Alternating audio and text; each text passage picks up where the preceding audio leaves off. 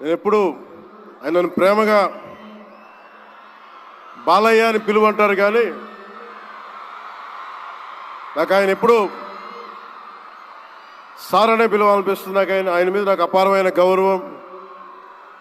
ఎవరిని లెక్క చేయని వ్యక్తిత్వం. తను అనుకున్నది బలంగా ముందుకు తీసుకెళ్లే వ్యక్తి.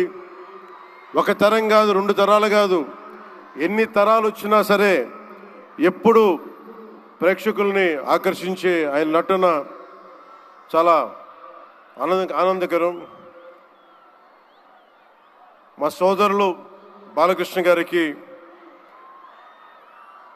నా హృదయపూర్వక నమస్కారాలు. సినిమాల్లోనే కాదు, చారిటీస్లో కూడా ముందుంటాను.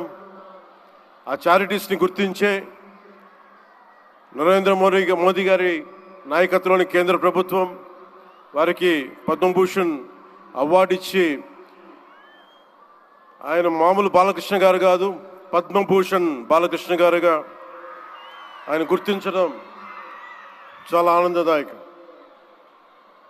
28 సంవత్సరాలు పూర్తి చేసుకున్న ఈ సందర్భంలో ఎన్టీఆర్ ఈ ట్రస్ట్కి చాలా అద్భుతమైన భవిష్యత్తు ఉండాలి.